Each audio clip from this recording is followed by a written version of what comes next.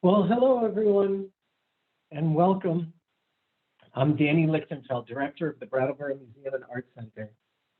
I'm really happy to be here with you tonight for our first ever live Zoom real-time four-way pie baking presentation. This event is happening in connection with an exhibit that's currently on view at the Brattleboro Museum called Delano Dunn Novelties. It includes two wonderful bodies of work developed by Delano during the pandemic. The exhibit was curated by Sarah Freeman and was recently reviewed on ArtNet, which was great to see. Now, how we got from Delano's exhibit at the museum to a Zoom pie baking event is something that Delano himself will have to explain when he and his fellow bakers come on screen in just a minute. What I can tell you is what I believe is going to take place here tonight, and that is that Delano and his mother, Diane Mangle, and his friends Megan Sway and Susan Luss are going to come on screen in a little bit. They're going to be preparing pies and talking about food and life and art and anything else that that moves them. Now, the recipes that the four of them are going to be working on, we shared those in different ways in advance, but it's possible you didn't all get them. I think there's going to be a link in the chat that so you can follow along with the recipes if you'd like. And those of you who are super ambitious and really on top of your game, maybe have even already gotten the recipes and are preparing to bake along. And that's just fantastic. We think that'll be great if some of you are doing that too. But either way, if you have questions or comments while the bakers are working, you can type those into the chat box or the Q&A here in Zoom. And my colleague Kirsten and I will keep an eye out for your questions and comments, and I'll pop back on screen from time to time to pass them along to the bakers. And then at the end, once all four pies are in the oven, we'll also take some more time for Q&A and comments too, if you'd like. And then we'll eat. And that's what this event is going to be. So without further ado, I'd like to ask our bakers to turn on their cameras and microphones now. And I'm just going to say a few words about Delano, and then he in turn will introduce Diane and Megan and Susan. Delano Dunn is an artist who explores questions of racial identity and perception in various contexts, ranging from personal to political, and drawing on his experience growing up in South Central LA. His work includes painting and mixed media and collage. In 2017, Delano was nominated for a United States Artists Fellowship, and he received the Sustainable Arts Foundation's Individual Artist Grant. His work has been featured in the New York Times, Vice Media's The Creators Project, Hyperallergic, and now ArtNet. Delano, we're loving having your work on view in Brattleboro. So honored to have you work there. And we're really excited about tonight's event.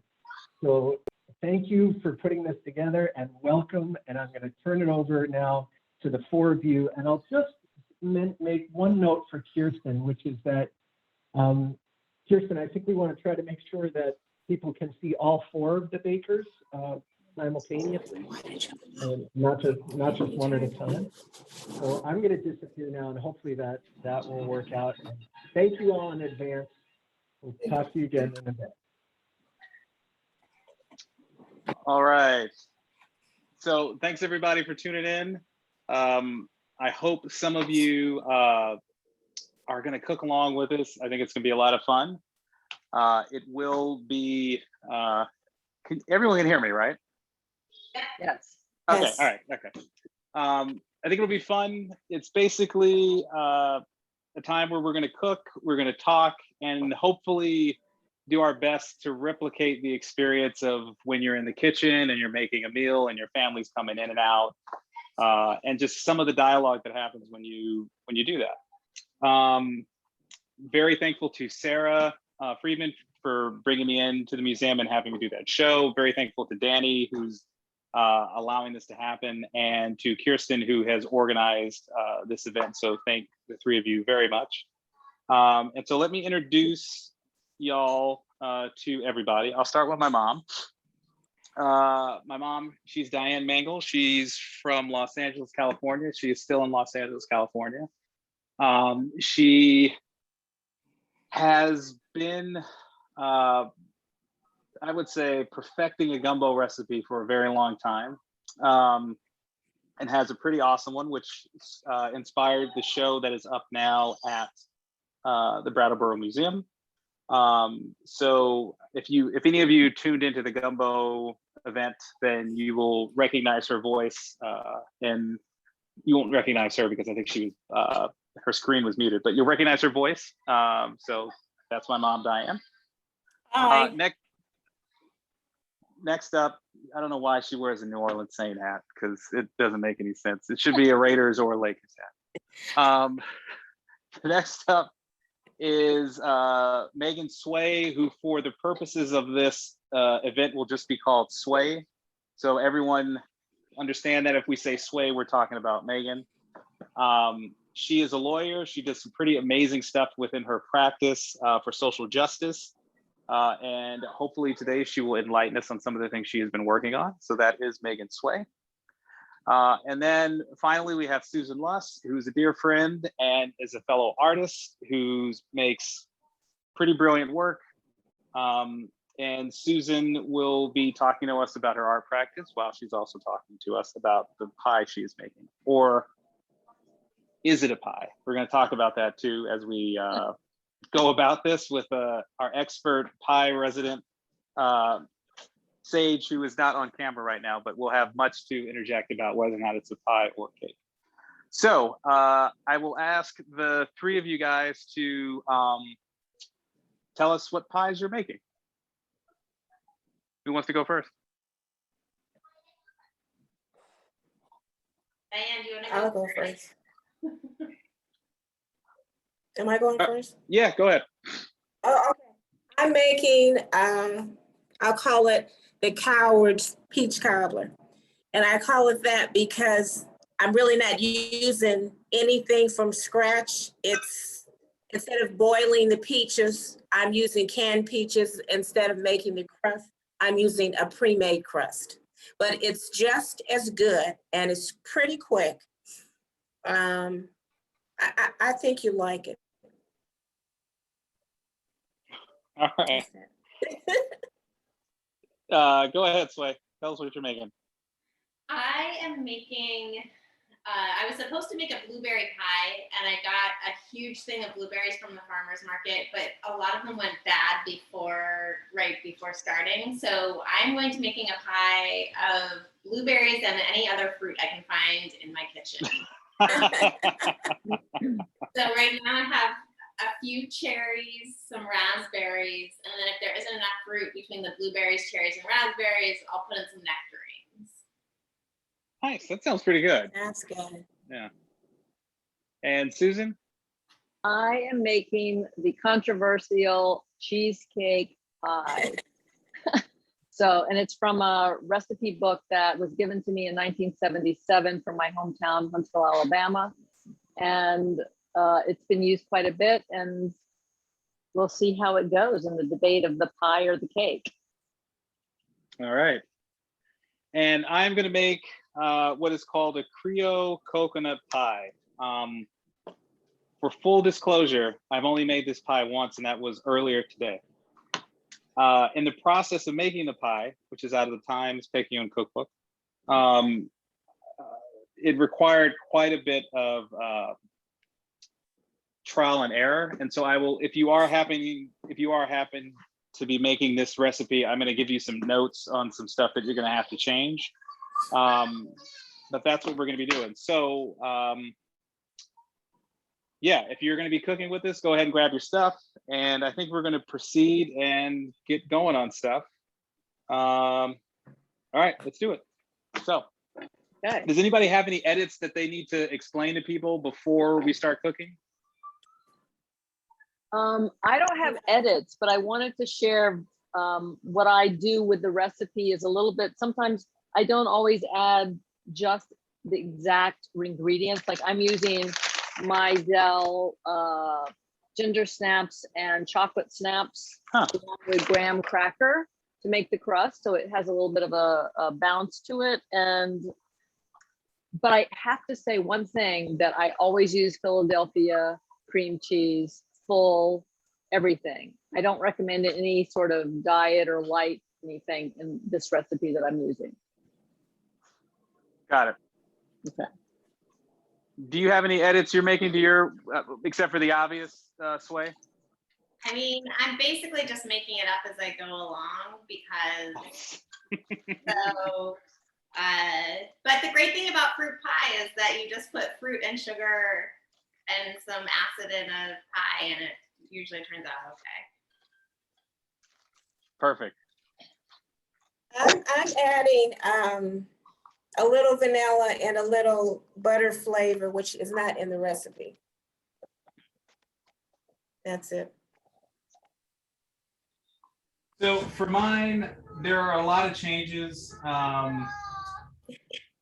So I'll read down the changes first before I start going. So the first thing is the ingredients: half a pound of grated coconut, 2 tablespoons of melted butter, 1/4 a pound of white sugar, the whites of 6 eggs, 1 glass of white wine, 1 pint of milk, 2 tablespoons of vanilla, teaspoons of vanilla, and 1 tablespoon of nutmeg. So I've also added to this recipe 1/4 cup of heavy cream. I've changed it from 2 tablespoons to 3 tablespoons of butter melted, and the powdered sugar should be sifted when you use it. It shouldn't be just scooped out. And then the wine breakdown, it should be 2/3 a cup of white wine, and I used a Pinot Grigio. I don't know anything about wine, so I don't know if that's going to be any good, but that's what I used. So Delano, I have a question. So I understand the concept of sifting because it aerates things. So why?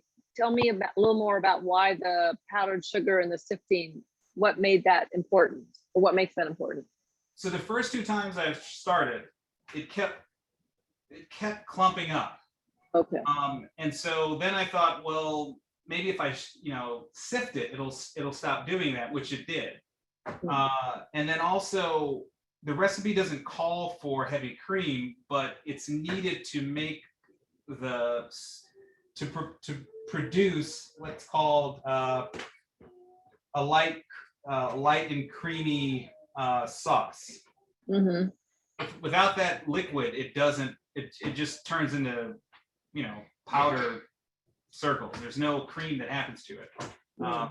And that's part of the problems with these recipes. They're all sort of passed down. They're word of mouth. I mean, these recipes are from the antebellum South.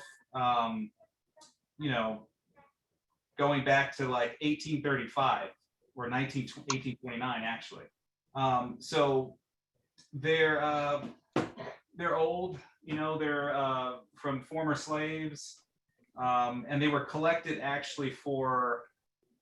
Hold on a second. They were collected for slave owners who were losing their staff, if you want to be so generous. Really?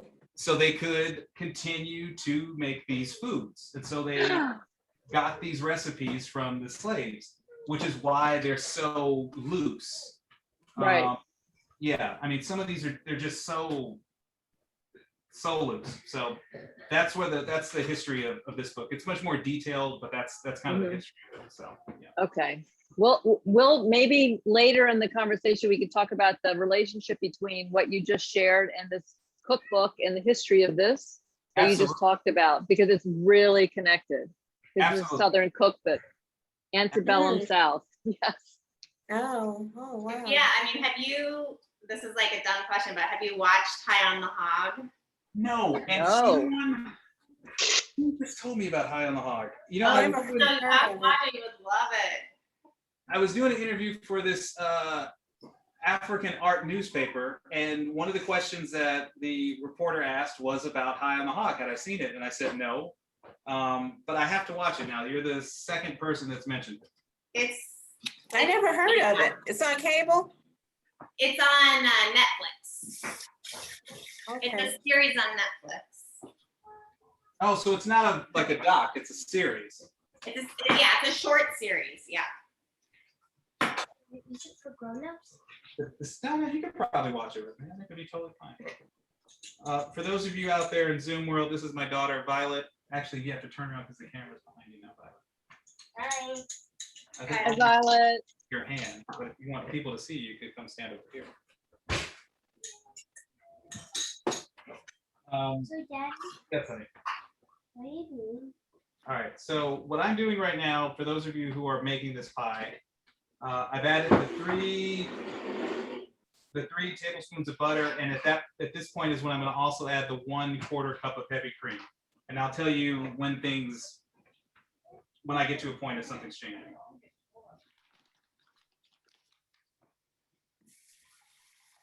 All right. Go ahead. I turned my mic off so you don't have to hear the grinding of the osterizer, but I just ground all of the ginger snaps, chocolate snaps, and Nabisco grams to make this crust. And now I'm gonna melt some butter and mix it all together and put it into the pie. This makes me wish we were all together. I'd really like some of that cheesecake. Yeah, right. Yeah. Susan, can you talk about how you brought in those different ginger snaps and whatnot? I think over time, there's been a few, when I've made this for a variety of dinner parties or friends or whatever, like there've been people who have gluten issues. So I find ginger graham crackers that are gluten-free, which I couldn't find for tonight. But Mydell is a brand that makes gluten-free graham crackers. And then another friend like ginger. So I've just sort of added that in. And I think also graham cracker crust can be chocolatey. So I use that. So I've just over time mixed up the ingredients for a variety of reasons.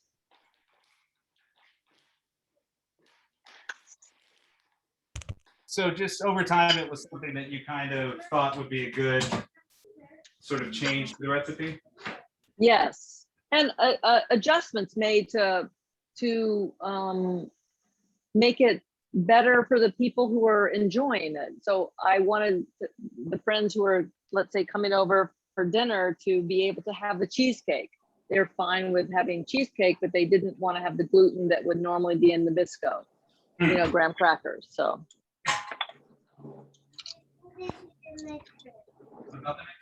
As he using his mixer, look at him. Look at who? He's really Susan? good. Yeah, he's having a mixer, and he doesn't have a mixer because he has to get one at the store. Oh, she has to get one at the store. Do you want to tell people what happened Yeah, this morning? like this one. That's how you get down in the share. Yeah. Like the other one. Yeah. Like Daddy does. Yeah, we went and got a mixer this morning, right? Yeah. Why? And the camera's all gone, the iPad. Why did we go get a mixer? He did, but he didn't get out when that store. So we went and got a mixer this morning because Cooper lost these, what are they called? Oh, We don't know. the beaters. They're the beaters. Yes, Cooper lost the Right? beaters. He used them to play car wash. Okay. So we lost the beaters, so Dad and Cooper had to run out and go get a new one.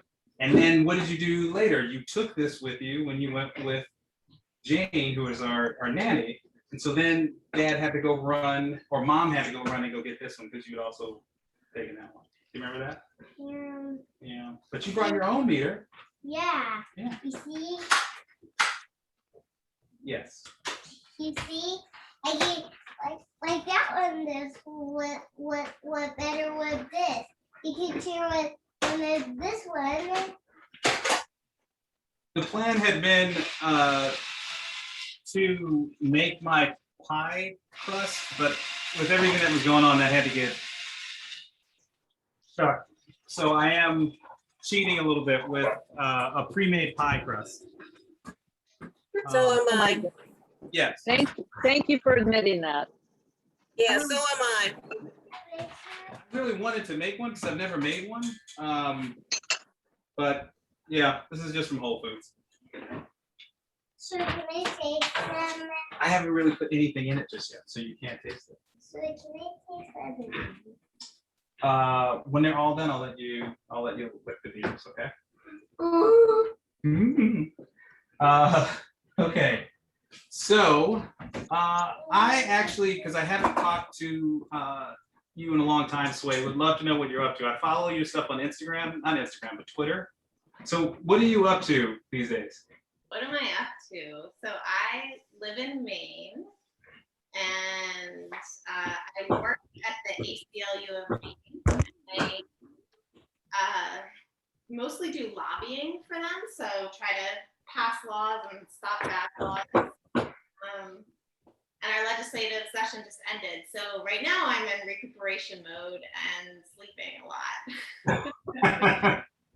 But you know, we work on a lot of things, but mostly criminal justice reform. So got a really big cash bail reform bill passed this year, where we eliminated cash bail for about 1/4 of the arrests in Maine every year, so people won't be stuck in jail before their trials because they can't pay their way out. So that was our big win this session. So just to clarify, so if I get arrested, I can't. I have to have a low bail. Is that the deal? Depending on whatever the. So it varies in different states. In Maine, we don't have bail bondsmen, so those are like businesses that. So you get arrested, and the judge decides if you're going to get bail, or a judicial officer of some sort. And what kind of bail can be different things. So cash, they can say you have to pay a certain amount in order to get out for your trial, with the idea that you're gonna, that if you pay, that makes you more likely to come back. The theory is that if you pay, you're more likely to come back to court on your court date. But the evidence shows that there's actually no correlation between charging people cash bail and whether or not they show up for their court date. But what ends up happening is that people who can afford to pay get out of jail before their court dates, and those who can't afford to pay stay in jail or plead guilty to get out of jail. So it's sort of the amount of money you have determines whether or not you're stuck in jail pre-trial.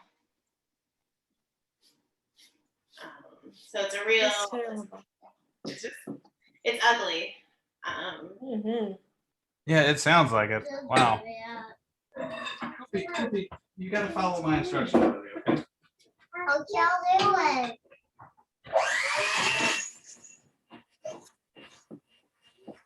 Okay, just hold on.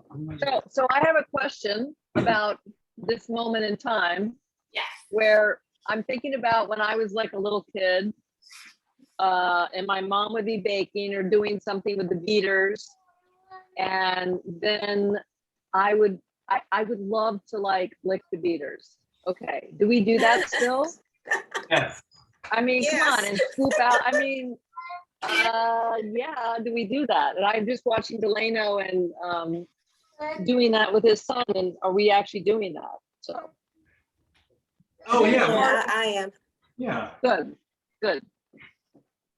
Yeah, I don't think it would be fair if you didn't share the beaters afterwards. Don't you? You guys always asking for me out. Don't go up on the food shelf. Yes. When I was little, my mother was really, she's gone now, but she was a baker. Both of my sisters were bakers. You know, they bake everything from scratch. I'm a good cook, but I'm not that great of a baker. So that's why I take a lot of shortcuts. But I remember so vividly just getting those, getting the bowl and the beaters to just lick them like they're popsicles. I love that. Right? Oh my God.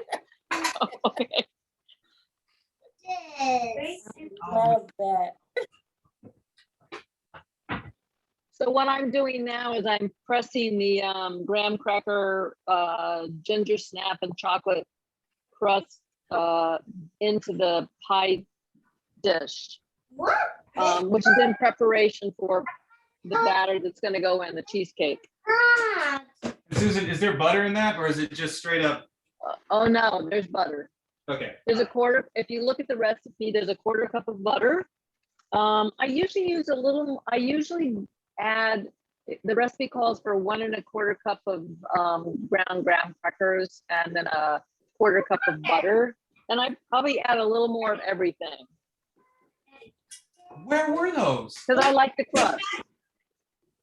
in the goldfish bag.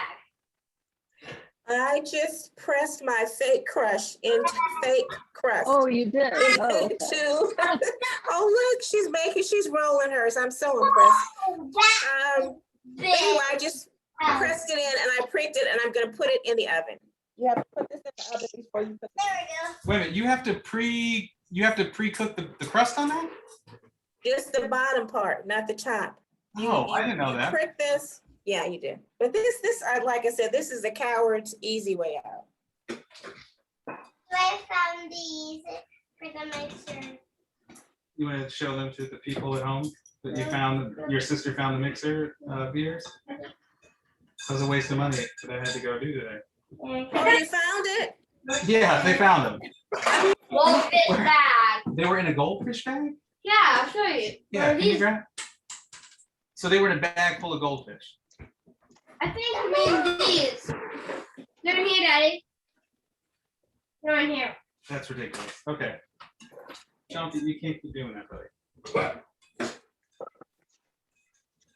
So I don't think I've ever seen you, Diane,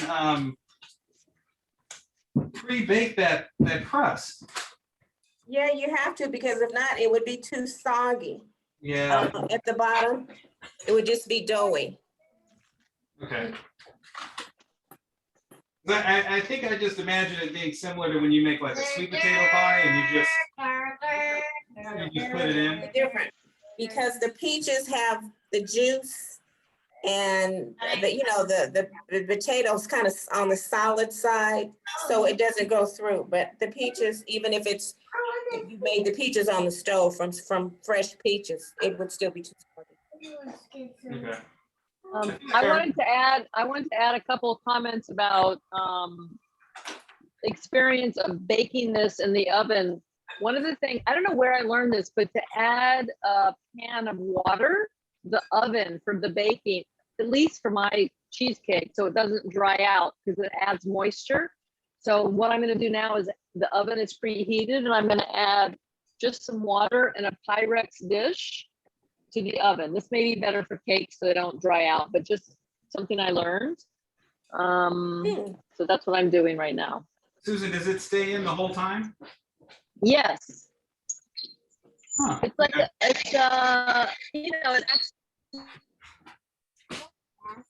Okay. You bring it up, Susan. When it's drying out.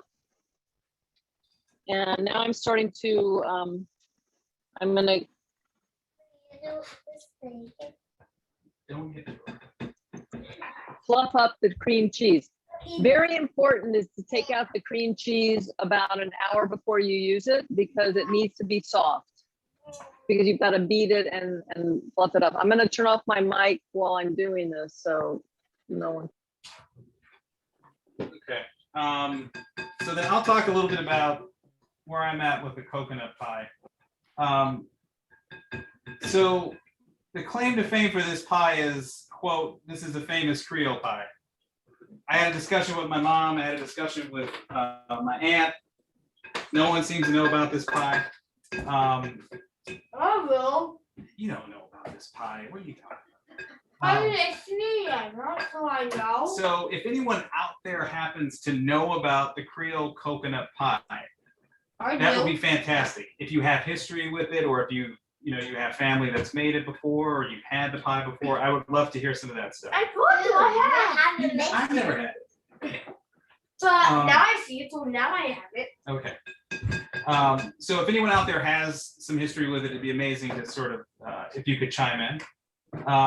So at this point in the recipe, oh, Cooper, you're just dumping everything out. I have gotten to a point where we have added the wine. Cooper, you can't be throwing the stuff all over the table. We've added the wine and the vanilla. We've added the half a pound of coconut, and now we're going to add scalding milk. And Diane, you can chime in on this. Is like pet milk what you would substitute now for scalded milk? Like, is that a shortcut that was developed? I have no idea. Huh. Okay. Yeah, I just wondered, like, what would be the difference if I used if there would be any difference if I used pet milk. So that's the second question to the audience. If anyone has any input about whether or not something, Cooper, you cannot take this out, buddy. How about I give you a little bowl of it and you can play with it? Can I have a little bowl to play with? Yeah, sure. Yay! But it stays at the kitchen table, please. Last thing I need is to go around the house cleaning this up, okay? 9. I am mixing my peaches and sugar and butter. Add a little vanilla and a little butter, imitation butter flavoring. And I'm putting nutmeg in, and I'm mixing that up just with a big spoon. And then I'm gonna add the butter. And then once the pie crust is light brown, then I'll put this in. And the butter doesn't have to be melted. It's probably better if it's chunky, but this I took out too soon, so it's a little melted, but it's probably better if you cut it into squares and that if you start out with it firmer. For some reason, I've been making pie, not that, I guess since I met my now husband, so 17 years, and all of a sudden it's making crusts like I've never done it before. It's all dry, I have to piece it together. You're piecing together the crust? Yeah, because it's too dry. It didn't roll out as one piece. I don't know. Maybe it's like stage fright or something, but it's. We're gonna say goodnight, okay? Okay. Cooper is gonna say goodnight. Hi, Cooper. Hi, Cooper. Good night. See you later. Bye. Yeah, he's been under the weather lately and super fussy. What are you? Oh my God! I don't know what you're making. So Sway, you weren't making pies until you met Sage. No. But I feel like When I met, I mean, I still don't. I was a New Yorker. I was like, I don't know if I had shoes in my oven, but if I didn't, it was only because my roommates had that real estate instead. Like, I just really did not cook at all. But when Sage and I got together, he only mentioned about 15 million times how much he wanted a woman who could make pie. That's funny. God, that's very And funny. it was his birthday and I was broke and I was like, what? Well, he's been mentioning how much he likes pie. I guess I could just learn how to make pie. So I taught myself to make pie. And it was enough of a hit that I kept going. I got enough positive feedback. That's all I need. But I kept going. nice. So you taught yourself how to make a pie crust from scratch. Yes. Good for you. That's so impressive. So at this point in the recipe, it calls for scalded milk, which has been allowed to cool. So just give yourself some time if you're making it to let your milk cool. And Susan, what have you been working on now lately? Because we haven't talked in a while about what you've been doing artistically. Well, it's been I don't want to say it's been a quiet summer for me. I had the surgery I had in February, which you know about, and then I started back into my studio in April, picking up actually on where I had, I want to say left off unintentionally, but in the work that I was doing related to Alabama and the work that I had started for that show, which you actually maybe you'll remember in September 2017, you were with me when I decided the work I was going to start for that show, which related to the places I lived down there, which is kind of apropos to using a cookbook from that part of my life. And then we had this, so I started back in my studio in April, and then the summer has been working up at the Luss house, which was Gerald's, his whole life, sort of like what would you call it?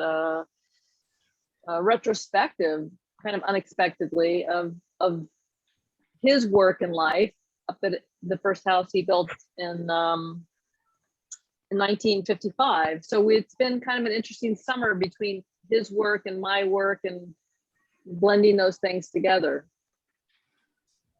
So this was the thing that we were looking up articles for? Say that again? This is when we were looking up the articles, right? Yes, exactly. And has the documentary been finished? No, the documentary is ongoing. The exhibition up at the house was related to Object and Thing, Blum and Poe, and Mendez Wood brought in artists and used Gerald's home as the, I guess Gerald calls it the canvas for the artists. It was a really amazing experience. So that's kind of been what my summer has been involved with, and that's actually been great. And I'm working on potentially a proposal for Wave Hill. Oh, really? Yes, I mean, I was working on that and I put it off. I may not do it, but the deadline is quite soon. But I believe that opportunity is really related to a lot of what's happening in my work.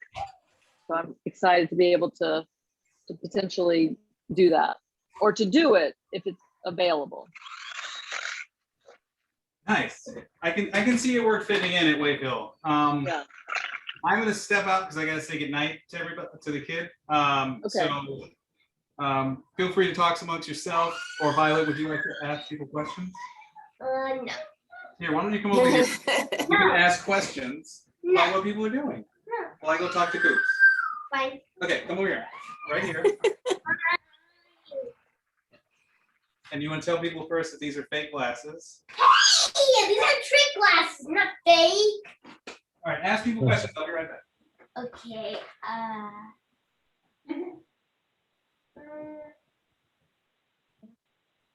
Violet, are you a big cook? Do you like to cook? Yes. What are some of your favorite things to make? Or eat? Well, I like to eat pizza, so I make. Oh, that's good.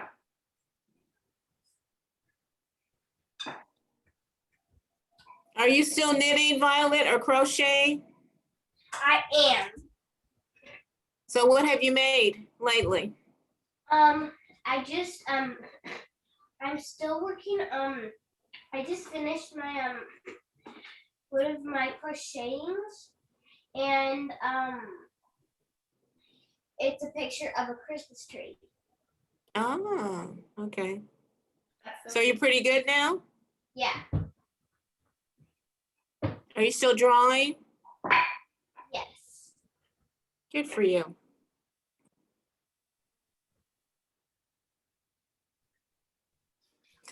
I forgot to mention when I rolled out my fake crust, I had to put oil at the bottom of the dish before I place the crust in the bottom of it. And then I had to like prick it with a fork, and it's in the oven baking, and it'll bake until it's light brown. And then when it's done, I'll let it cool off for a minute, and then I pour in the peaches and the butter and the nutmeg and the vanilla and the vanilla flavoring and the butter flavoring. Then I pour that in, and then I have to put a layer of another crust on top. I forgot to show that. That sounds very complicated. What are you?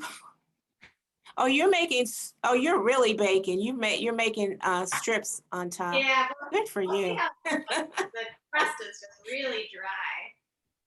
Do you make cakes as well? No. No? I mean, I do, but they, much like my pies, they taste better than they look. And so I try not to, and it's a little embarrassing. Okay.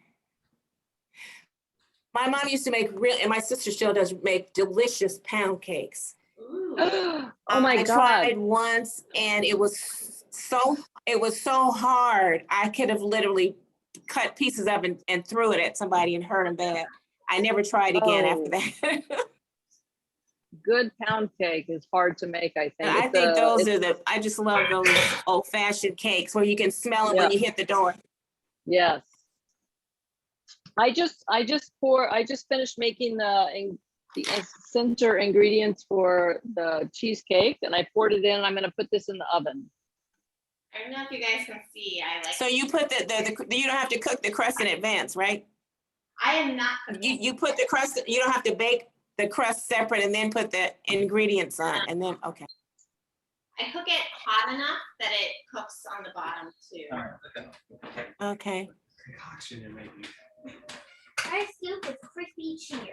And what about you, Susan? Do you have to cook your graham cracker crust first and then put your liquid on top, or you put it all in at the same time?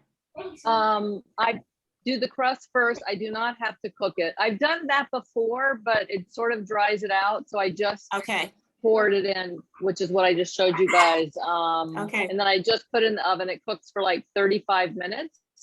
Mm-hmm. And then I take it out. It has to rest for 30 minutes before I put the actual topping on it, which is a sour cream and vanilla and sugar topping. Sounds delicious. So good. Yeah. Geez. That looks yummy. Hey, folks, it's Danny. I want to pass along a comment that came in here from Christy, who says, I have to put my own little ones to bed, but I'm so grateful for the opportunity to watch this. The community and connection that follows our collective efforts cooking is always a favorite of mine. Susan is my aunt, and I know now that she will be in charge of dessert for the next time I see her. Thank you, Danny. I love that. How cute. So I have a question for all of you while I'm here. So I know a lot of people became first-time bakers during the pandemic. Did your relationship with cooking change because of COVID? Did you like start trying new recipes, doing new things? That's a good question. Anybody with Good question. I mean, I would say for me, I started cooking more, and I started to get more experimental with the cooking. We got really on this sort of Indian food. So we were just making Indian food like every week, and then Mediterranean food as well. So I would say that's how it sort of it affected us, the pandemic. Yeah. I like it. I would say that I was cooking before, but I, like Delano, just started cooking more, and I got into everything sheet pan. Like the New York Times like had everything sheet pan, and it was amazing what you can get out of a one sheet, put it in the oven and the flavors that come out of that. Yeah, cool. think I had I was the opposite. I got so sick of cooking, I think I just stopped. And then when we would go and get food, I don't know if they fired all the cooks or the cooks just left. The food the takeout, it just was not that good. And I don't know why. So I just got sick of it. I actually lost a couple pounds. Oh, wow. That really Which is it the opposite. should have been the opposite. Huh? Yeah. Diane, where are you? Where do you live? I'm in Los Angeles. Oh, okay. Yeah, I'm in LA. And you know, we always cooked. We always cooked, but I don't know, this time, I guess because we were kind of forced to, we didn't kind of have another choice. I just got really, really bored with my own cooking. I got bored with the food I was, ordering out. And so I didn't really eat as much. I ate a lot of popcorn though. A lot of popcorn. A lot of wine and a lot of popcorn. You guys were really locked down there too. Especially for a while, LA really was getting the worst of it seemed. Yeah, we're back. We're bad now. I don't know how that happened, but we're on lockdown again. And yeah, the governor just said that we're going to have to start wearing masks inside and outside. And I don't really mind the mask. They're a little annoying, but I'm not going to not wear one. I took the vaccine, I wear the mask, I try to social distance, all that stuff. Yeah. I'm following the rules.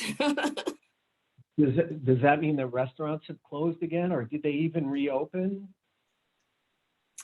They opened the restaurants, and like a week before they put us on lockdown again, you could walk around with no mask, but I was so used to it, I never stopped. And the restaurants, you could only get takeout. You couldn't actually sit in the restaurants. Well, now they're open, but because he's kind of put us on lockdown again, I don't know how long the beauty shops, the barber shops, the restaurants, movie theaters, I don't know how long they're going to be open, because they said we're in California, the county of LA, that we're really in a bad way, which I don't get, because everybody I see has a mask on, just about. Yeah, I don't know. Yeah. Well, we're not out of it yet, that's for sure. I have a question here from Montague, who says, do the panelists feel that cooking food is better when together versus COVID, when we were often isolated? Any takeaways about the role of cooking with community or as a communal activity versus making art, which is often an isolated or private exercise? And then Montague says, I agree with Diane, we cooked less because we were isolated. Interesting. Yeah, good question. That's a good question. I'm gonna let someone else answer first because I'm still beating some egg whites, and I don't want them to be broken. So. And I still make food.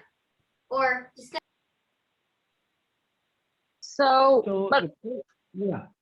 Yeah, go ahead.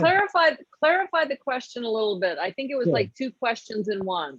Yeah. So the first question, do you feel like cooking is better when you're together versus when, like during COVID, when we were isolated?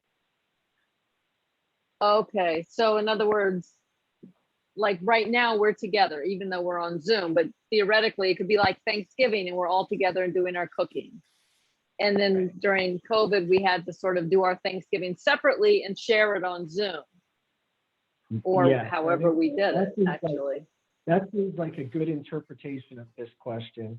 And Montague will turn in and let us know if we're off track. But yes, let's assume that's the question, Susan. What do you think about that? Well, for me personally, I'm kind of unrelated to COVID, because I didn't know before COVID how I didn't think as much about cooking in an isolated way as I did after COVID. So I think that's kind of a distinction that's important. I mean, to me, cooking is in some ways like working in my studio as an artist, because it's an individual thing for me. I don't have a family that's around me, so I'm not necessarily cooking in a community with family on a regular basis. So actually the isolation was not uncomfortable, and it was very creative for me. I got more creative with my cooking because of the pandemic. However, that being said, historically, I miss getting together with friends and cooking with friends and participating in the community of food with friends. So there's a little bit of, there's different aspects of that for me. Yeah. Interesting. Diane, how about for you? A little footnote. My sister lives right next door, so I may have cheated a little bit. She cooks. So when I got bored and tired of eating popcorn, you're supposed to keep the household separate, but we're right next door, so we're back and forth. She really cooked. So I did have access to her food, and she cooked. So I guess I kind of cheated a little bit, but I really didn't do it very much cooking, but she did. I love popcorn. I ate more popcorn before the pandemic than I did after the pandemic. I love popcorn. Me too. I absolutely love it.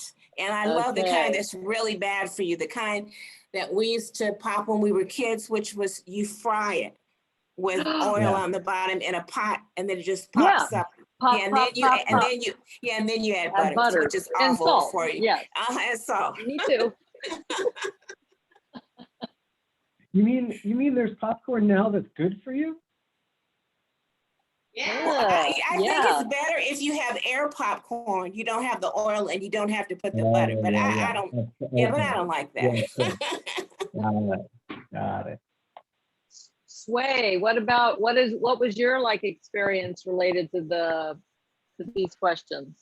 My husband, Sage, is the cook in the family, and before the pandemic, we would have dinners a lot where he would cook for people. And I think he really went into mourning in COVID because he couldn't. So he started feeding everyone.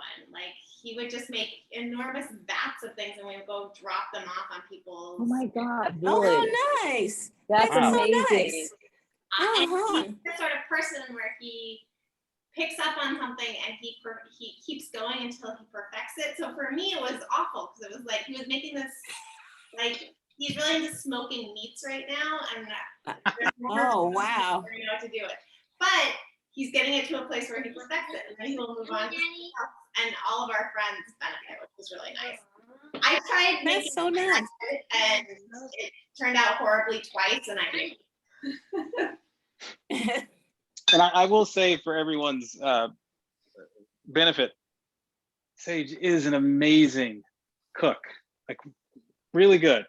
It's unfortunate that we have not been able to have a meal at Sage's house in quite a while, but he's a really great cook. Oh, good. So the other question go ahead, Delano.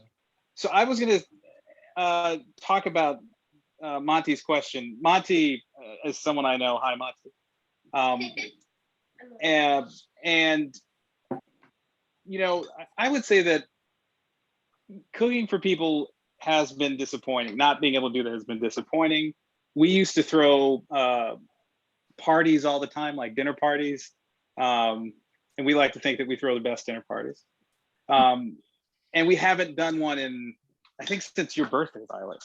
What? Yeah, I think your birthday was the last one we threw. Who's auntie? And so it's been missed. We hoped to do one or host Thanksgiving this year or something. But it has made me want to kind of have similar traditions from, Diane, you could talk about if this was a tradition, but I just have very fond memories of a Sunday night dinner or having sitting around the table with Chuck and Gino, Chuck, Gino, Bernie, you and Ruthie, and having our meals together, or Chuck watching the news. I'm talking right now. And just, talking about whatever and eating meals. But we try to do that here where we have everyone around or have the family together to eat meals. But it's very different when you have a a kitchen full of people coming in and out, and music's going, and people are drinking a little bit. The kids are running around acting a fool. Like, that environment is just amazing, and I would argue sometimes it's better than the food that's produced in it. Yeah, so I miss that and look forward to it when we can get back to that point. Yeah, I miss that too. I'm Monty spooning said, my peach mixture into my cooked crust. Can you show us, Diane? Oh, yeah, thanks. Great. Okay, here it is. And I'm spooning Yep. it in because I don't want it to splatter. Yeah. I put my pie. Yeah, I miss that more than anything, I think, Delano, because even though Ruthie was next door, you still felt a little isolated. Well, I did anyway. You talk on the phone and then you get sick of talking on the phone. And you just want to see people. And then when you go out, you're scared to death because you don't want anybody getting too close to you. And I guess now, because they're saying here, this new version of the virus is so contagious. I just think, well, what is it just going to jump from one person to the next without touching? So, I guess it's good that they tell you things so that you'll be aware, but it kind of scares you. Yeah. Can I add something unrelated to the cooking part of what your mom, Diane, just said? We were just talking tonight with Gerald's brother, who lives in Florida. He's 100 years old. He lives Wow. in an he's great. He lives in an assisted living. And Wait a they minute, open. hold on 1 second, Susan. So Gerald's brother is 100, and Gerald is what, 98 or 97? He's going to turn 95. Wow, that's some And his amazing sister- genes in that family. I know. His sister, who was 102, just died in May. So it's, but related to what Diane was talking about, I mean, the kind of this new variant, I think it's really important to talk about it because it's so in the world now. The place that they live, like every place, like people can get together a little bit more. So they allowed 6 people to sit at dinner at these dinner places. And an older person in an assisted living had COVID, and 4 people at that table got sick, and they have all been vaccinated. So I'm just saying that as a cautionary tale. And he's hoping they're having to test people and they're isolating again in a place where people have all been vaccinated. Sorry to say that. And this is this is what the world is that we're living in. I know. It's just so scary. Yeah. You want to be with people, but then you're scared to death. Yes. People you don't know, and then the ones you do know, you don't really know. I had a cousin that died, neighbors that died. I'm making cookies.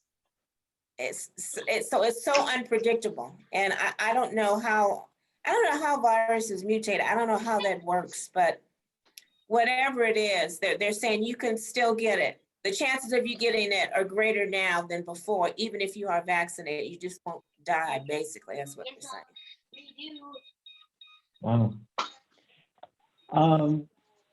Will anyone mind if I shift the subject off of the Delta variant? No, not at all. Do please. No, I feel like it's brought the mood of this down pretty far. I'm observing in my Hollywood squares on my screen here, and Megan, am I right that you're done and you have a finished pie on the table in front of you? I do. I mean, my pie is in the oven, but I made one because it's going to take another 40 minutes for it to cook. That's a good looking pie. So It looks great. Now, this but is a blueberry does it have pie. Okay. This is Go in there. the blueberries I was able to Throw it in sell this it. Although it looks like maybe I put flour as a thickener in this one, and it looks like maybe you can see the flour, which is not appetizing. But there's cardamom in the crust. Oh, nice. Ooh, that looks What delicious. what does the cardamom bring to it, Sway? It just brings I don't know, it's a warm spice, and it just adds some flavor to it. Wow. All right, that sounds good. I mean, Say My- just cut in. Am I the only one that thinks? No more. I'm sorry? How long does your Wait. pie cook? Yeah, how long did it I cook put for? it in for 50 minutes. 15? 50. Oh, okay. I 50. was gonna say, wow, that's quick. Am I the only one who thinks if I get closer to the camera that I can see better what everyone is showing? I No, feel like me too. I'm like, oh my God, I gotta see the pie that Sway is same showing. for me. That's definitely I think so the case too. For me, that's the old lady thing, for me. Now, Diane, a second ago, you held something up. It looked like it was getting there or maybe done, but we can't really see what's on your Okay, counter. That was, I'm sure I don't have the camera angled right. Okay, that was the pie that I'm now putting the top crust on, and then I have to put it in the oven. Okay. So I just made Guess I don't have that camera angled right. the cheesecake that I'm making is in the oven. I think it's got about 10 more minutes and then it has to rest for 30 minutes. And I've made the sour cream topping for it, which will go on after 30 minutes. But like Sway, okay, hold on. I can't wait to see. I have, did I show, oh, I Yay, have beautiful. the cheesecake pie that we can all Beautiful. enjoy afterwards. Oh, that looks so good. Yeah, Looks we'll so see. good. Is it a flavored cheesecake, Susan? They just Like the- informed me that fruit pie is not really fruit pie unless you have whipped cream, so we're gonna make some whipped cream too. Oh, really? Oh, so, you're making fresh whipped cream? Fresh whipped cream is Ooh. Sorry. I think I'm also going to make some whipped cream for this. Mine is in the oven. Just a quick note to people who are making this pie. It doesn't tell you how long to cook the pie, nor what temperature to cook the pie at in this recipe. So Really? it's so vague. So I did a little research. Some people say cook a pie at 400, some say 350. So I split the difference and put 375 for the temp. And the time is 40 minutes. I cooked it at 45 earlier today, and I think 40 minutes is probably the best balance. So 40 minutes, 375 the temp. And it's in the oven. Susan, I'm when you were smoothing speaking out my earlier crust about- on top of this peach mixture. Okay. You put that away. Susan, when you were talking earlier about the Luss house and this exhibit, Before I turn I shared quickly. a link that I found online about it. But so what is Gerald Luss? Is what to you? Is who to He's you? my husband. Oh, okay. He's my husband. Okay. Yes. We've Okay, and so we've been together for 18 years. Wonderful. And so this is a house, the Luss house is a house that Gerald designed. He was born in 1926 and lived his life, and he designed this when he was about 26 years old in 1953. He was already working as an architect, interior architect at the time, and bought some property up in Austin, New York, on a handshake for $5,000. And then he lived on the property in a tree house. Well, he built a tree house to live on the property so he could get a sense of what he wanted to do. And then he used commercial building materials to build the house. So he was using materials that no one had ever used in residential property at the time. And his family and he lived in it from 1955 to 59. And I mean, his career, was quite substantial, but it's only been recognized literally in the last 3 months. Because Really? yes, it's amazing. Really, it is, because he's just the kind of person. He doesn't create things for his own, I don't know the word, but he doesn't create things to say, oh, look how good I am. He's creating things for other people's lives. And then he just keeps going. And Delano knows, and Anna knows, they've been in our home before, and he creates timepieces and clocks. He's also an artist. So it was a great experience for us to Oh, wonderful. have this in our lives. And how old is he again? He's going to be 95 in October. Oh, wow. My father lived to be 102. He died in just past February. Wow. He didn't die from COVID. His heart just gave out. And I think my mom was 95 when she.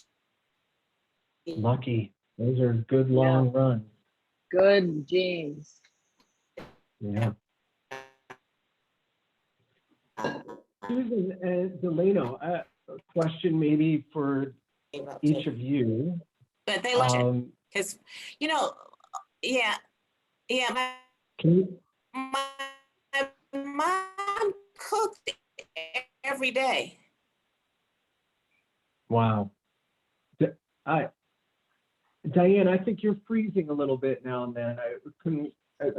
Did you just say that your mother cooked every day? Just about every day, and it was only three of us with 3 girls, and my dad. But she cooked just about every day.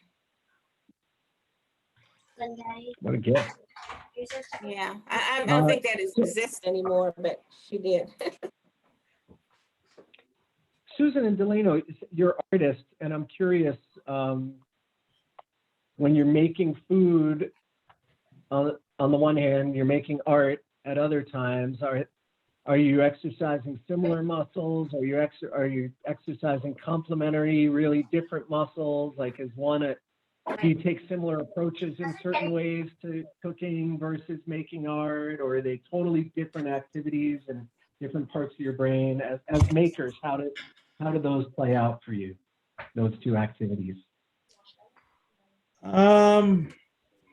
I would say for me, the similarity is that they both cause, like, unless I know the recipe really well, I'm usually pretty frantic. And in the studio, it's a little frantic too at times, depending on what I'm doing. But if I know the recipe well, I'm pretty relaxed. And I mean, the kitchen is the room that I'm the most comfortable in the house. And I think most of that's because the way we were brought up, that so much conversation happened in the kitchen and whatnot. And Anna's family is also very much the same, where a lot of dialogue and stuff happens in the kitchen. So I feel comfortable in it. I usually make my best work when I'm in a comfortable space. But I also need a little bit of edge, something to keep me on my toes. And so in that sense, I guess the process is similar. But I'm more inclined to enjoy the results of the cooking than I am enjoying the results of the art that I've made. I'm much more forgiving of whatever I cook. Art, there's no forgiveness. I go, no, this doesn't work out. Yeah. Mm-hmm. Yeah. How about you, Susan? And then I have a follow-up question for Delano, or maybe for both of you. But Susan, how about you? I hadn't necessarily exactly thought of it from that perspective, but for me, the process is, I think, in some ways similar, but actually kind of different. I hadn't really thought about it, but the process of doing it is really important to me. Like how I enter my work, how I enter the food, and the process of deciding what I'm going to cook and cooking for people and creating the environment. I mean, that's very important. And Delano could attest to this from his experience in my studio at SVA. Like, the environment was really important to me. So creating food in the kitchen, but also then sharing it with people in the environment of, let's say, our home is very important. So the difference though in the process is that with the art, there's a certain kind of a gesture or experience that I want to have, that the food comes from kind of a flavor or something that I want to have. So maybe they're similar in that way. So it's a gesture, it's a food gesture or a flavor gesture or a color gesture or a feeling gesture. So those are kind of how I think there's more of an overlap for me And the kitchen to me is like, oh my God, like Delano, it's like, oh, this is where I live. This is like where I live in my home. It's my home studio. Yeah. Yeah, interesting. Thank you. Thank you for that. But Megan and Sage are out ahead of the rest of us. There was pie. It needed eating. Yeah. Yes. They- Oh my Oh, God. you're that was done so already. good. Oh, wow. how is it? How is it? Very It looks good. good. Yeah. I can't taste the cardamom in the crust though. I probably didn't put enough in. All right, so mine is in the oven, and then we have the magic pie, And which is then here. I'm making cookies. If you So want, we're showing our pies already, our done ones? Yeah, I mean, I it's- showed mine. Yeah. it's been over an hour. It's in the oven, right? Daddy, can you show them my We will show them your cookies. I don't Wait, think if you Gerald's all ready to open share up- pie with me, but Okay, here's Megan mine. and Sage aren't gonna do that, but oh, yummy. Oh, that's Wow, I No. definitely want to eat that in one day. Yeah, that looks good. that looks good. These are so big, so I'm gonna have to start handing out pies like your husband, cutting pieces up in half. Okay, I'm the heck one that comes to the kitchen. There are a So- lot of those in this program. Yes, quite a few. So Sway, did you make whipped cream? Sage made whipped cream. You made the whipped cream, Sage? I did. It's got maple syrup in it Of because course. it's in Maine, and I can't make anything sweet that doesn't have maple syrup in it. A little cognac and a little vanilla. Wow. Perfect. So if Lovely. you make, Family. so if you make eggs, you have to put I you have can to put syrup in it. No, just sweet things. Okay. And actually, I use maple syrup in a lot of savory food too.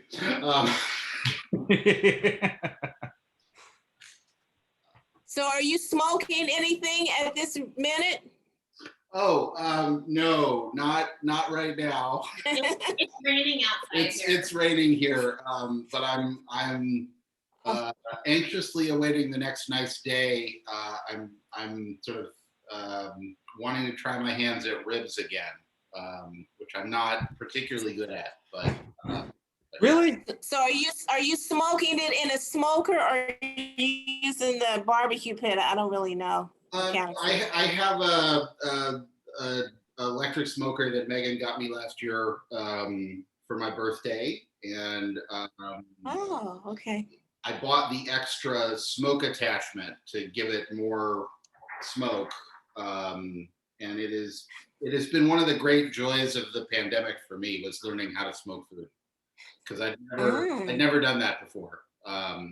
It's always been one of my favorite things to eat that I couldn't cook. How well does smoked meats travel, Sage? We'll bring it to you in Chicago. Yeah, I mean, Dude, you guys need to come out here. Yes. yeah, I mean, they travel pretty well. I'm getting pretty. I would say I'm not a pro yet, but I'm getting pretty good. It's all in the prep and the wood selection at the end of the day, right? It's do you for certain meats, do you brine it or not? And then what do you rub it with? And then what's the flavor of the wood you're using? And it's been a lot of fun because it's stuff that I didn't have any background in, and it's just trial and error. Wow. Nice. Well, that's awesome. So have you smoked a roast and a chicken? I've done a lot of A chicken and a roast? Uh-huh. I've done a lot of chicken. I've done one of the great surprises was smoked lamb is actually really, really good. And you Never had that. Yeah, I'd never had it before, but a friend of mine was just like, try it. And I was like, okay. So I smoked a leg of lamb and that I got on sale somewhere, and it turned out amazing. It was like gives it this whole other dimension of flavor. And then you can also, you're not smoking the lamb like you do a pork butt where you want it to get, to that pulled pork delicious consistency. It's more of like a roast. So you smoke it till it's medium rare. It's delicious. And nothing goes better with barbecue than pie.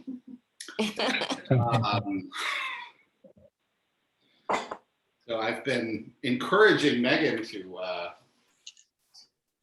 make more. What's your favorite? One run through. What's your favorite pie that she makes? That's tough. Whichever one she made is really my favorite. But the first one she made for me was blueberry, and so that one will hold a special place. But your cherry pie is particularly good. We got a cherry pitter a couple years ago, and that has transformed the process. You got a cherry what? The cherry pitter. Hold on. So Kirsten is asking, how do they taste? Yes, I think we're at that moment. Right? So Violet and I are going to taste the custard pie, or the coconut custard pie. Yes. Okay. Should we make whipped cream or no? Yes! Make whipped cream or else I will eat you. Or cut off your head. Okay. It's going to be loud. So I'll make whipped cream later. No. There you go. No. All right. Fine. Let's cut into this, and we will be able to give everyone an opinion on whether or not this pie tastes any good. Hope so. Yeah. So I brought just, it's good. Gerald's here with me too. Okay. We're gonna taste All the, right. Oh, Gerald is the the architect. juror. Yes, he's the juror on the cheesecake. Perfect. And the taster. Okay. So Gerald, your timing is perfect. Why is that? Your timing is impeccable. We're at the tasting stage of the night. About to eat. all right. So I want you to give an honest opinion as to whether or not this pie is good. Honest. Are you Listen, sure listen, you're gonna say that? Listen. Okay. Don't embellish. Just go. It's good, or I don't like this.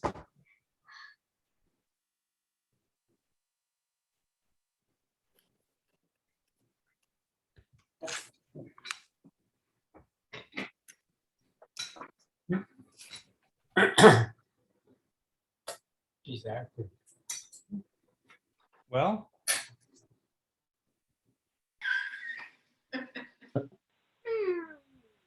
Oh my goodness. yeah. Just tell us. If it's just- okay. So you think it's a good pie? All right. So let me try it.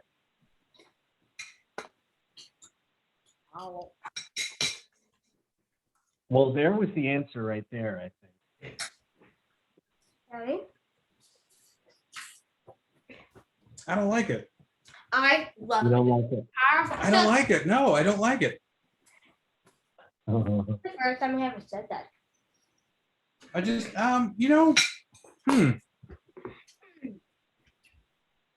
maybe it's a little too dry.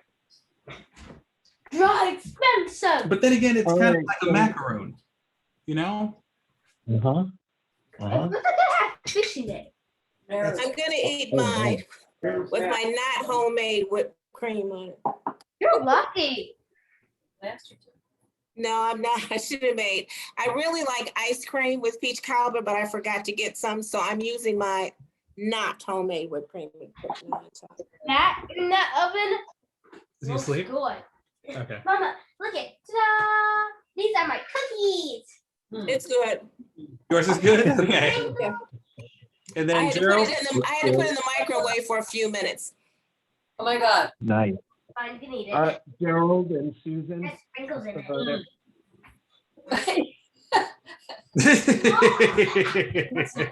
Oh, good. Make us sprinkles. It's good. It's good? Okay.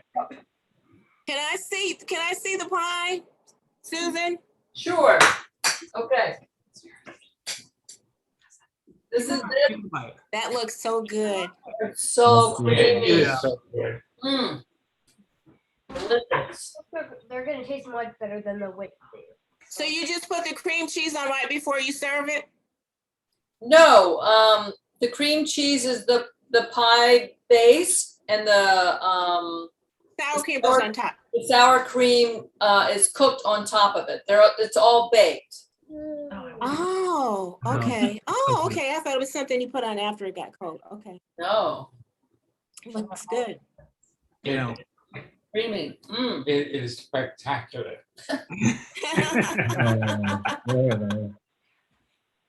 There's the honest appraisal. I'm paying attention less to what you all say and whether you go back for seconds and thirds and fourths. Yeah, Soleil and Sage are just having a ball with this. Yeah, they look like they did very well over I will there. not be going back for seconds or thirds. I will go seconds and thirds to my cookies though. Delano, Too much. would you like to just say a word or a couple words about how cooking and traditions around cooking and things relate to the work that you have up at our museum? Yeah, absolutely. So, honey, I have to. So, you know, a lot of the work that I do, there we go. A lot of the work that I do has a lot to do with my family. It has a lot to do with the traditions in my family. Food, I think, is a big part of the family. You know, as I said before, you know, a lot of conversations happen in the kitchen or around the table, you know, as we, you know, eat stuff and whatnot. And the genesis of the gumbo project, at the time I just started this residency at APL, which is in Chicago, and Arts and Public Life. And I wanted a project that was sort of small, that would allow me to, you know, sort of get my feet wet before I started on a much bigger project, which was about slavery. And at the time, I'd really been wanting some gumbo. So I thought, oh, I'll just make one piece about gumbo. And then COVID hit, and I had to rethink my plans. The archives I had access to I lost my privileges because of COVID. And so then I thought, well, I'll just delve a little bit deeper into the gumbo thing. And so I had some conversations with my mom. I had some conversations with Ruthie, my aunt, and decided that I would just make some work about it, and how important gumbo is to me and my brother and my cousins, and how it's just sort of been this thing that's been passed down. So it was passed down from my grandmother to my mom and to my aunt. And just by watching, you know, my mom in the kitchen, and then seeing her edit the recipe, I wanted to learn how to do it. And so I sort of decided to do it. And we have conflicting ideas about certain things that are in the recipe. I think some of her ideas are blasphemous, but you know, what can I say? So, all right, it's quick diversion. There's the holy trinity that exists within gumbo, which is the bell pepper, onion, and celery. And you don't use the holy trinity. You have taken out celery, which is it's appalling. I don't take it out. I just don't put it in the gumbo. I put it in the stock, and I use the flavor of it, but I throw that out with the rest of the stock because I do not want strings in my gumbo, which you will have if you chop up celery and put it in. I don't agree, Delano. I'm with you. And by the way, this pie is really good.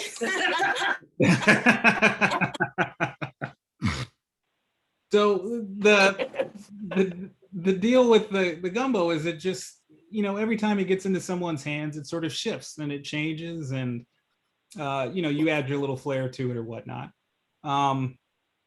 And I just decided to make some works about it. You know, I hadn't really made work that had been about food before, and so I thought it was a good opportunity to. And that led to the gumbo marathon, which happened August or September of last year. I can't really remember. And, you know, tradition, just everything about my upbringing just sort of finds its way into the work, into the art that I make. And I like to tell my students that, you know, the best work that you could possibly make is work about the stuff that you know. And I tell them all about the Hemingway quote, write about the truest thing that you know.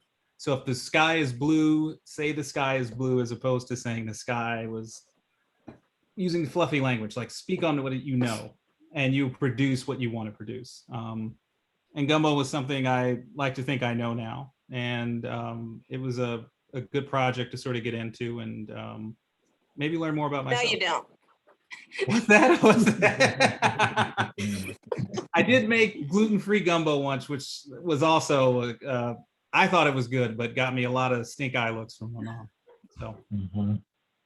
But so Delano, the body of work, there's this element of drama. Oh, I'm sorry. This is the best pie my sister's ever made. Nice. Didn't hear you. Delano, Well, just so that you know, I'm a heckler that's coming on, and this is the best pie my sister's ever made. The best ones. I don't know who made it, but it's really good.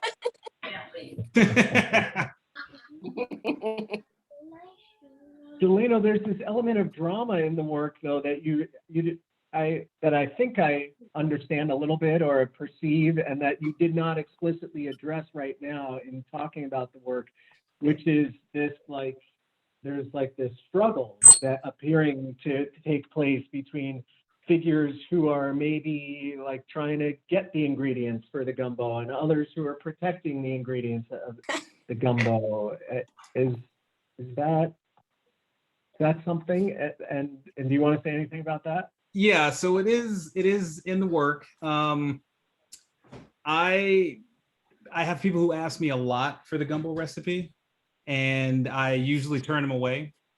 So I'm very protective of it. But what's hilarious is when we did the gumbo event at APL, I think Diane, you were like, "Oh yeah, go ahead, put it up." So I'm more protective of the recipe, I think, than my mom is. So that's what those the animals represent. You know, they're fiercely protecting this recipe, in an attempt to keep it pure, in the sense that there is a clear lineage that exists with this particular gumbo recipe, and I want that recipe to stay as true as possible to its origins. Some people, I don't want to name any names, have changed the recipe. You keeping it true, but you're changing it. Yeah, right. I'm bringing it back to its original form. This one, I'm using this camera. Seen your work. You have pictures of gumbo? I have pictures of the ingredients. So some of the Holy Trinity ingredients, and then like lard and flour and stuff like that for the roux. You should see the work. It's really good. Can you say goodnight? Well, for any of you who are participating tonight, but also in the audience, if you go to our website, brattleboromuseum.org, and you find Delano's exhibit under current exhibits, there's a really terrific, like, three-dimensional virtual tour that you can take of the gallery that we just posted within the last week or so, and you can see the work. And it's two different bodies of work that make up the exhibit. This one that we're talking about, and then a second body of work called Paradise, which is different altogether. Okay, I'll take a look. Yeah. I'll take a look. But right now you're going to bed. So Delano, how many pieces did you make? For gumbo, it's 5, and for Paradise, it's 5. The gumbo pieces are large and resined, and have images of the gumbo ingredients and these wild animals. And then the Paradise pieces are much more slim in terms of what's used. It's just the background. The background is just pages from this How to Paint book. And then there are images of figures from the Uncle Remus stories, particularly the ones that Disney did. So Brer Rabbit, Brer Fox, those kind of folks. And then images of these women, these floral drawings from France from like the 1800s or something like that. So those are the three elements that are in those works, because you know, you just don't have access. I didn't have access to much stuff at the time, so I was using a lot of things that was around the house and whatnot. Why paradise? Why call it Why the paradise? name Yeah. You know, usually when I make work, there's soundtracks. And for that work, I was listening to Sade a lot, and I was also listening to Hall & Oates a lot. And yeah. Really? So what I should say is, I usually listen to music that is opposite of what you would think I was listening to when I made the work. Same goes for the Gumbo project. I didn't make gumbo while I was doing the Gumbo project. Instead, we made a lot of Indian food and Mediterranean food because I was curious to see if there was a connection between those ingredients and the Gumbo ingredients. So sometimes I just find it interesting to sort of step out of the norm and try something different. So the title Paradise is from, you know, the Sade song Paradise. I couldn't come up with a Hall & Oates single that I can't go for that maybe, but that was about it. Okay, just wondering. But Very all of it's cool. gumbo related, right? Paradise is not gumbo related. It has nothing to do with gumbo. Paradise is all about negative imagery of African American men, and you know, the fantasization of women, white women in particular, and then it gets into this whole thing about Disney and serene stuff. So it's kind of sad. Oh yeah, have I ever made anything that's happy? Yeah, my picture of Your Jimi Hendrix was picture, very yeah. happy. That's probably it. That's probably it. I'm still waiting on my Rolling Stones picture. That's not gonna happen. It's not gonna happen. You need to make them before they die. They're still around, so you need to make it before they die. They're still around, yeah. Well, folks, I think we're just about approaching that time where we need to wrap it up. Although if there was some way I could lead you all on, so you can just keep hanging out together if you'd like, I'd be happy to do that. I don't want to kill the vibe, but I feel like I should let our audience, our faithful audience, go at a certain point. Is there anything else that anyone wanted to ask or touch on or mention before we sign off? I do have one thing. Yeah. So as a group, what do we think? Is the cheesecake a pie? Oh yeah, right. Right. Yeah. I don't know. So before we got on live, Sage had made a very interesting statement about it.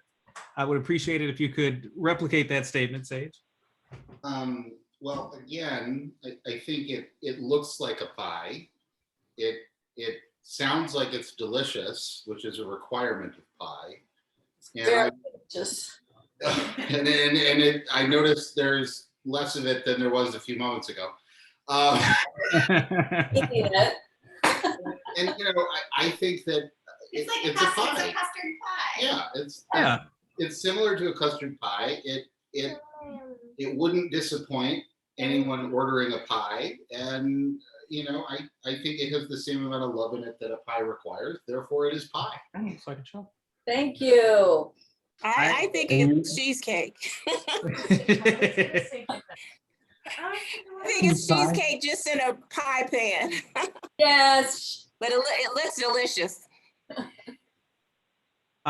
Looks delicious. Very quickly, Violet would like to show you a concoction that she came up with. It's not a concoction. These are cookies that she made with random stuff that I was using. Yeah, that's being generous to go, Is that the crust or that's the inside? You can't tell via Zoom. It was more of an inquisitive. Okay. All right. Well, I guess I want to say thank you guys, Sway, Sage, Mom, Susan, for participating. I really appreciate it. This was fun. It feels like, yeah, we should be doing this more often, or we should all be sitting at someone's house eating and doing all of these things. And again, Danny and Kirsten, I can't thank you guys enough for allowing us to get together and have this this cool hangout. Oh, Thanks for inviting me. Thank you. Thank you, Delano, and thank you, Diane and Susan and Megan and Sage also, and Violet and Cooper and is it Anna? And Anna, yeah. And Anna. This was such a joy. I just wish I could somehow magically, like you could teleport like a sample of each somehow to Southern Vermont here. But I'm imagining that it's all really delicious. So thank you all so much. And thank you everyone who tuned in too. And I just want to mention a couple things before we go. We've recorded this tonight. So those of you who are here and part of it, you'll find that recording posted on the museum's website within the next day or two. That's brattleboromuseum.org. If you'd like to share it, there's anybody, who wasn't here tonight or you think might enjoy it, please go ahead and share that. And while you're there, you'll see there are dozens of other recordings of events. We learned how to do Zoom events, out of necessity over the past year. And we've had a lot of really fascinating conversations with artists and different kinds of presentations and things. And so you might be interested in some of those as well. If you happen to be in the Brattleboro, Vermont area between now and October 11th, I encourage you to come to the museum and see Delano's work in person, as well as the 5 other exhibits that we have on view. The museum's open Wednesday through Sunday, 10 to 4. You can always drop in, or you can go on our website and make a reservation, whichever you prefer. And since the pandemic began, we stopped charging admission. It's on a pay-as-you-wish basis, and wow. I think we're going to stick with that. People who are in a position to pay are being very generous, and so it actually works out really well for everybody. I think that people can pay what they're comfortable paying, and the museum is doing okay on that basis as well. So that's been really nice. And I think that's it. Thank you once again to all of you. What a joy this was. I forgot for the last 2 hours that we're in the midst of a torrential downpour here, and it was all just like warm and good smells wafting. That's great. What a joy. Thank you. Thank you guys so much. Thank you. All right. Hope to see Nice you all. meeting all of you. Yeah, nice Be to meet you. well. Bye, everybody. Bye. Thank you, Katie. Bye.